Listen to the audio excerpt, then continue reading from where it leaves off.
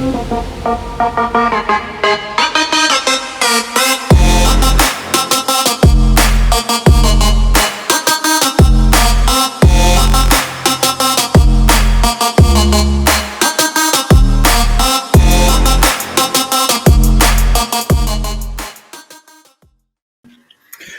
up? It's Jada with Clogging Up the Airways. I got my man here, Kevin Croom, who has made a statement with his UFC debut recently. Not to mention he's a teammate of mine and just a pretty cool guy and interesting to say the least. Without further ado, man, here's my guy Kevin. What's up, brother? What's going on, man? If I would have known, you would have given me the rundown on wearing the hats. I got mine in the car. I could have put it on, you know. Oh, bro, go grab it, man. We could be matching, you know. Yeah. Man, I figured you'd have something ridiculous on, man. Yeah. So, anybody that doesn't know Kevin, man, here's the thing. If you've ever seen him fight, you'll never forget him. He always has some kind of elaborate walkout, crazy scheme up his sleeve, man. He's unforgettable, put it that way.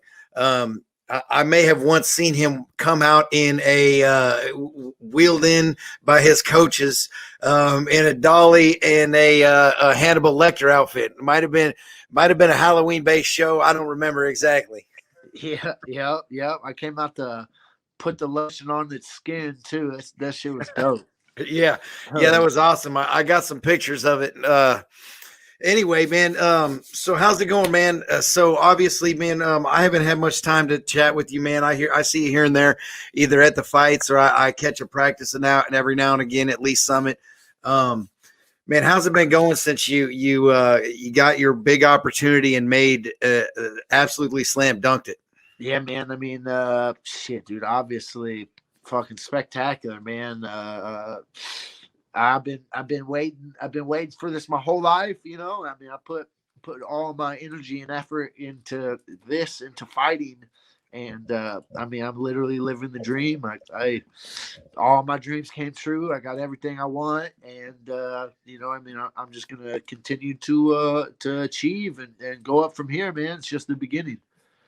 So let me just fill out all the guests in that don't know the whole story here. This is a pretty amazing story.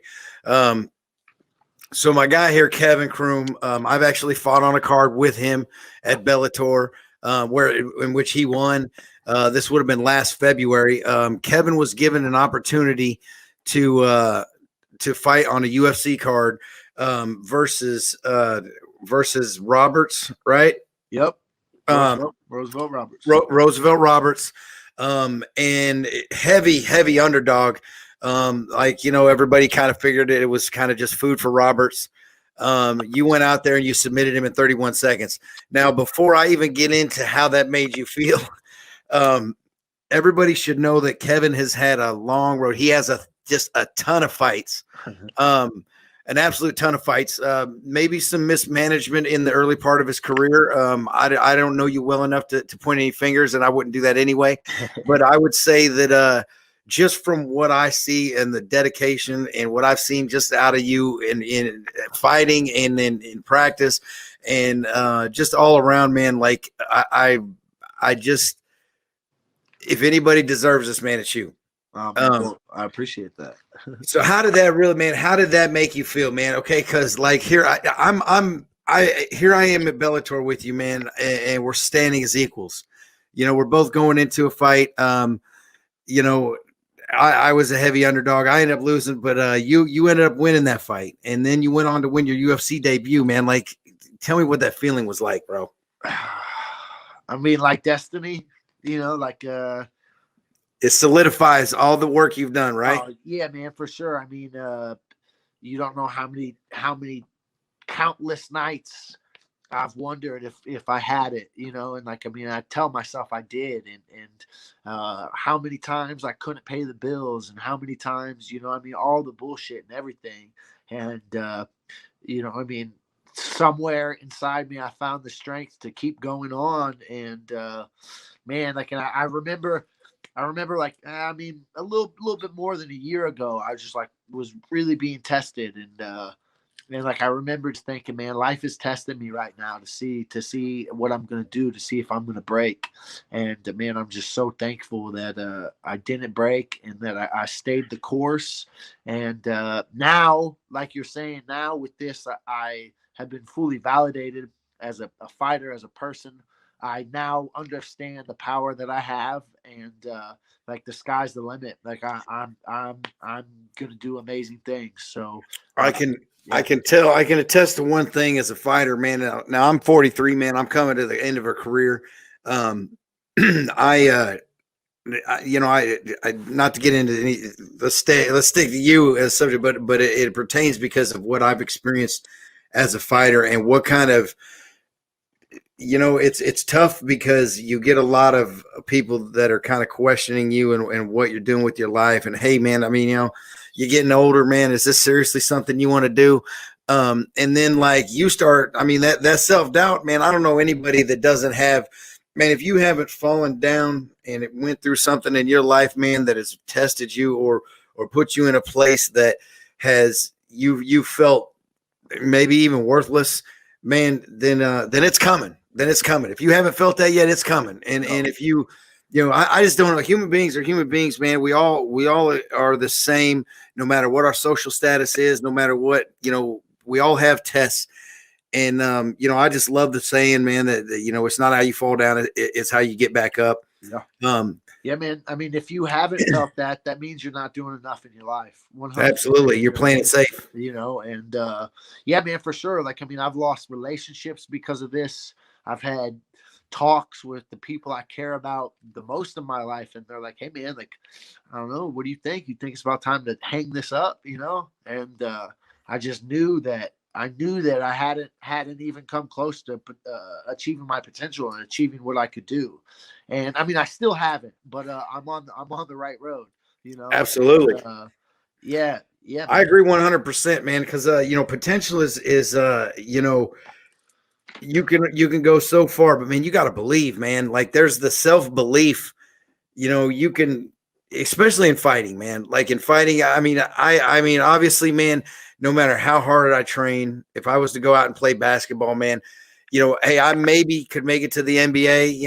I probably could, but like we're talking about, it's very unlikely that I would, do that well. All right. Yeah. Just because I'm just not built, not even barely 5'11. You know what I mean? Like fighting, on the other hand, man, is so mental. It's such a mental game, man. And not to say that basketball isn't or anything like that, but like just as an example, man, like it is. You don't need a God given,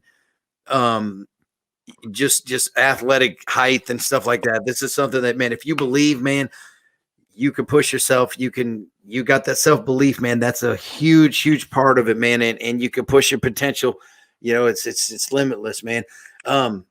One thing that I've noticed, man, is like, I think that you're probably your biggest fan. Like, I love that about you, man. Like, he's a fan of his style, man. Like everything, like you enjoy yourself, man. And you make people enjoy watching you. And I think that's a big key of it. Of like being entertaining, man. I mean, at the end of the day, we're all entertainers. We've got to entertain the crowd, bro. You absolutely entertain me, and I think it's because you are out there entertaining yourself, man. And I think that's fucking awesome. Yeah, yeah. Like, I mean, obviously, I love the fans.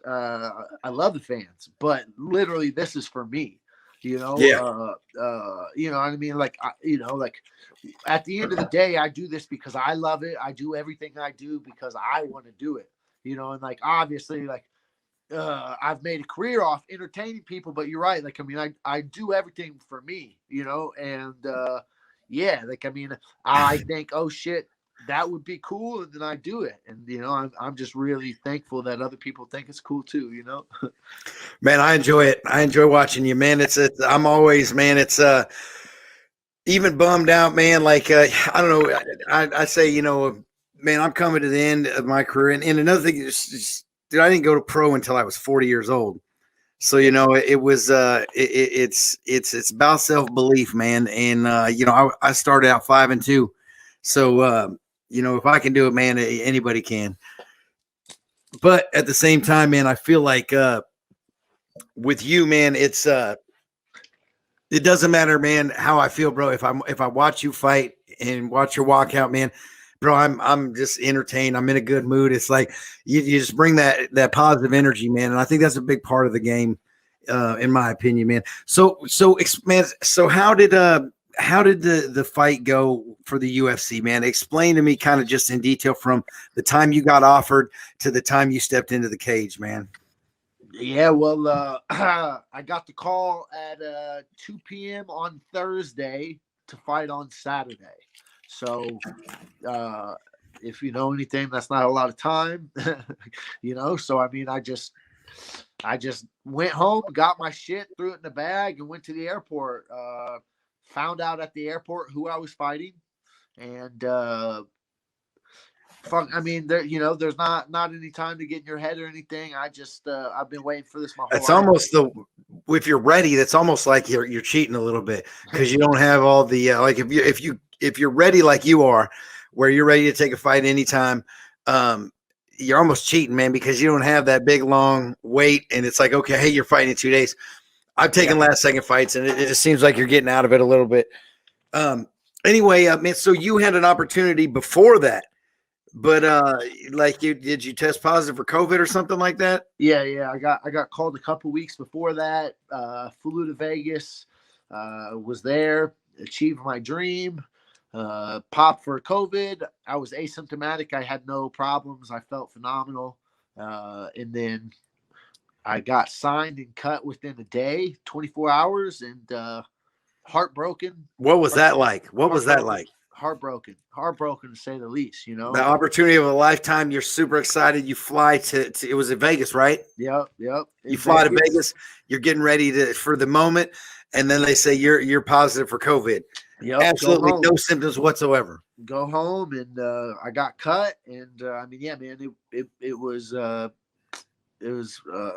traumatic. It was a roller coaster of emotions, but and I mean, I was pretty upset for probably about 8 to 12 hours, you know, and then I don't know, somewhere along the way, I just it's almost like perspective hit me with a ton of bricks, and I just realized that, like, whatever, they called me once, they'll call me again. Yeah, you'll get another opportunity. They'll call me once, they'll call me again. So stay ready. And man, I stayed ready. And 2 weeks later, I got the chance, and I just slam dunked it. I just had decided, like, long ago, like, man, I was just gonna fucking enjoy this. I've worked so hard. I've sacrificed everything. Not that I ever had a lot, but I've given everything I've ever had to do that. And man, it fucking happened. I did it, you know. Yeah. That's fucking awesome, man. Yeah, so I mean, like, that's you know, that's one thing that I think a lot of the fans can relate to, man, is you know, most of us all came from the same place, man. You know, I don't know too much about your backstory, Kev, but like me, man, I came from fighting, just street fighting. I boxed in high school, but like yeah, I was never afraid to fight, and I always, you know, kind of enjoyed the confrontation. You know, I don't know if that's sick or not, but I kind of enjoyed the confrontation. I just I respected it, as far as, like, you know, I was just an old school type of guy where, you know, I think that a couple of guys figured things out with their fists was a lot easier than getting, you know, police involved and getting stupid charges and have to go through a court system where, you know, a couple of guys duke it out, their friends afterwards, loser buys a beer type mentality, into getting an opportunity when I was in my late 20s to actually get into a cage and do it under, you know, a referee and have some fun with it. Man, my stupid cat is Ashlyn. Excuse me a second, dude. Get this cat out of here. She's fucking with my green screen. Anyway, so man, just as far as you know, I came from the streets. You know, I wasn't, you know, just complete poverty or anything like that. But like I'm raised by a single mother, man. A lot of back alley fights with you know, guys, and to be able to do it legally and have some fun with it, and turn it into something you know, that actually made me some money at the end was really cool. What about you, man? Yeah, I mean, I know a few fighters who don't have the same type of thing, but I mean, I think most of us probably have a little childhood trauma. You know, Yeah. you know what I mean. It's kind of how we deal with it. And I was young and angry, and I didn't know what to do, and something about fighting helped me, and helped provide a life for me, and uh, has given me introductions to the best people I've ever met, Hands down.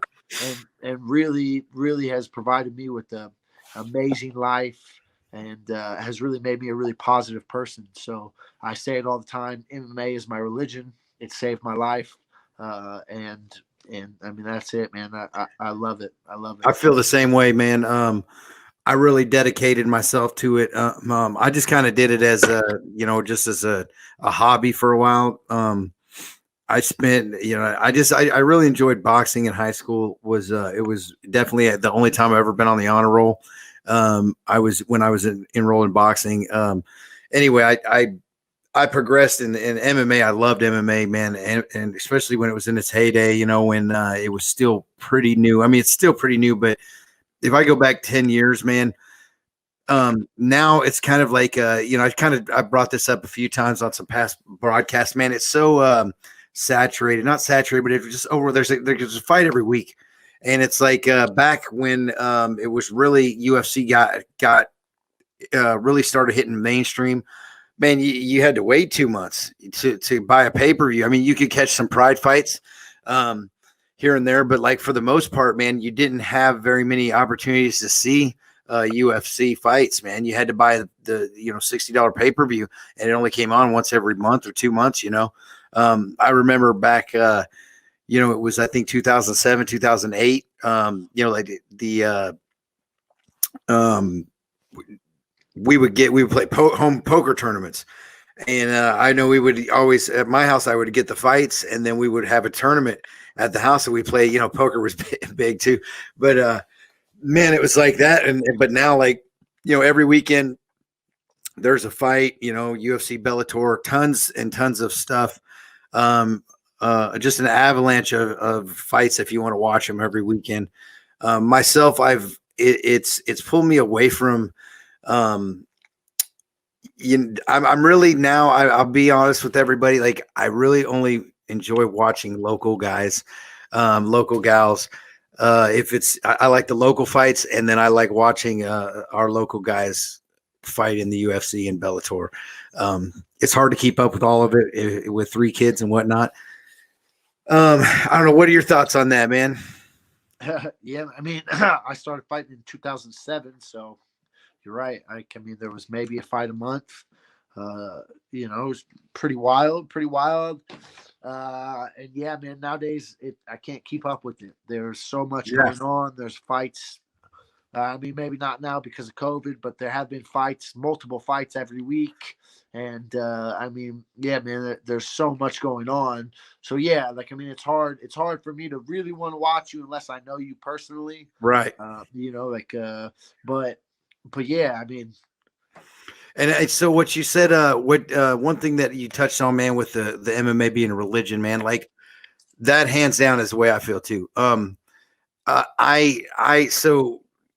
I fought just whenever. I didn't train because I couldn't. I worked for the railroad for 5 years, leading up to the time when I went pro.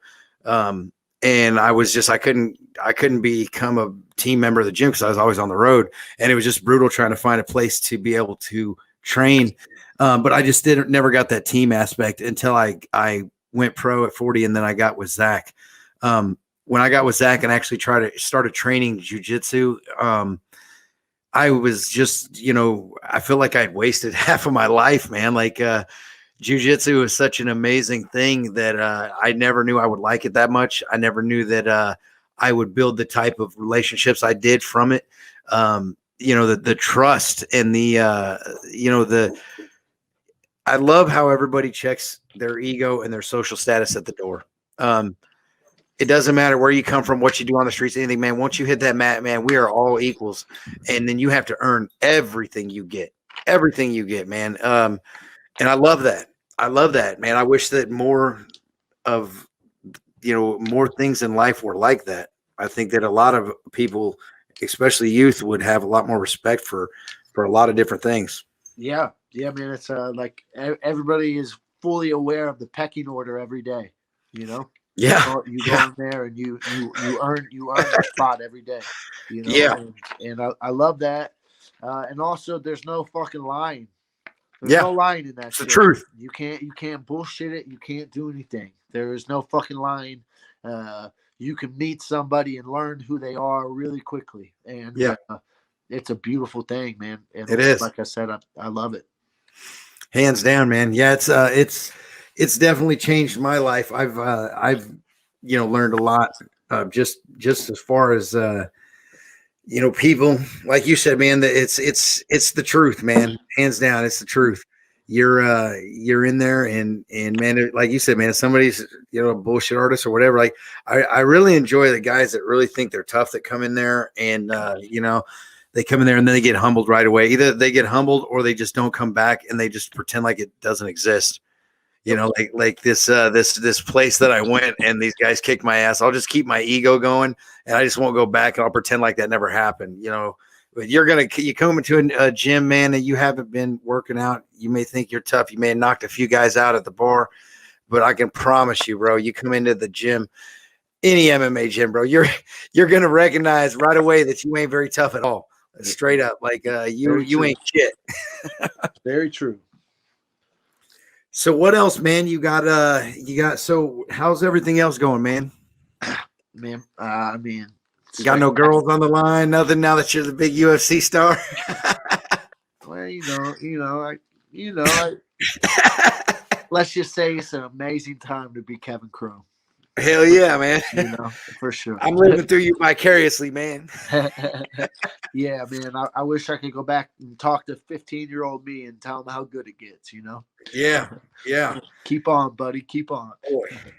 Yeah, that's good shit, man. How old are you now? I'm 33. Man, prime, baby. Yep. Yeah, enjoy life, man. Yeah, brother. So, man, I guess we can start wrapping it up, man. Is there you want some shout outs, anything like that? Yeah, man. Obviously, everybody at Glory MMA, James Krause, Grant Dawson, spectacular. I would not be where I'm at in my life without those two individuals. I love them. I would follow them to the ends of the earth, ride or die. I'll do anything they say. Joe Wooster, Jason House, my management, spectacular, amazing people. HKA USA Fightwear, Onyx Fight Gear. Really appreciate you guys 100%. I'm doing weekly vlogs following up to this fight. I got a fight coming up 227. Check my YouTube channel out, like and subscribe. Kevin Croom. Yeah, man. Man, this is just the beginning. I'm going to take over. I'm going to be a superstar. I will be a UFC champion. And yeah, man, I'm just really excited. What's that channel, bro? I'll pop it into the comments. Kevin what is it? Croom. My YouTube channel is Kevin Croom. I got weekly vlogs dropping on Monday. And yeah, man, this is all just the beginning. Kevin Croom on YouTube? Yes, sir. I have realized that the better I do, the more good I can do. And I plan on doing a lot of good, and I plan on being really fucking good. So yeah, man, watch out. I will be a household name by the end of the year. And yeah, man. That's good to hear, bro. Hey, man, it's been great talking to you, man. Good luck with all your upcoming, ventures. But you don't need luck, bro. I've seen you in the gym, man. Like your hard work will take care of you. Straight up, man. I know. I'm excited to. I need to come in and hit up Glory on a Saturday up in Lee Summit, man. Zach, he's on next, by the way. Hell yeah. Yeah. I'm about to do one with him here in a few minutes. So he's got a good one coming up. I'm excited to see him fight. Yeah, me too, man. We're gonna talk about that, man. I also have some training video that I know, like this is gonna be great, dude. Like he doesn't know this is coming. I'm gonna show you right here what I'm gonna hit him with. I'm gonna be like, so Zach, we actually have some footage of your training. You doing some training. You want to walk us through this? And then I'm gonna pop this up. Oh, there we go. call 911. Yeah, nice. That's always fun. Man, it's low res. I couldn't get it. The guy that caught that, man, his phone broke or whatever, so I can't get it in high res. But I don't know if you noticed, that's me getting kicked in the face. I noticed. Okay, yeah. What yeah. everybody didn't see in that video was that I was running from him because we were supposed to be just sparring with the little gloves on, and I caught him, dude. And like, oh, yeah, I caught him. And man, I seen his head kind of go like this. I was like, oh no. I was like, oh no, come on, man. Dude, he chased me around and I was just yelling to everybody, somebody call 911. Somebody call 911. I said, finally, I stood up and squared up with him, dude, and that's what happened. That's how it goes, man. I know. Every time I hit James, I'm like, shit, I just hit him. Fuck. Oh, you were there when James kicked me in the face too. Yep. I fell down. He's like, I dropped. When I posted that shit, James was like in the comments said, well, I dropped him with my head kick. And I was like, dude, I fell down because I didn't want you to kick me in the face again, dude. Hell yeah. Yeah, it was good shit though. Anyway, man, we'll wrap this up, buddy. Thanks for coming on, man. This is going to be available on Spotify. Next, Zach will probably air Friday. This will probably air the Friday after that. So I'll let you know. I'll share to your page. I'll tag you, all that good stuff. And man, just hit up Spotify, Clogging Up the Airways, and it pops up. Spotify, iTunes, everything. It's on everything now. So hell yeah, let's go, man. All right, Pimp. Brother. Have a good one. Brother. See you, man. All right, bye. Yep. Bye. All right, that was Kevin Croom, guys. Man, good dude. Extremely gifted athlete, and man, made a huge, got a huge opportunity in the UFC and made the absolute best of it. Man, good luck to him and all his endeavors in life. This is J-Dub, and peace out, man. This is Clogging Up the Airways, cutting out.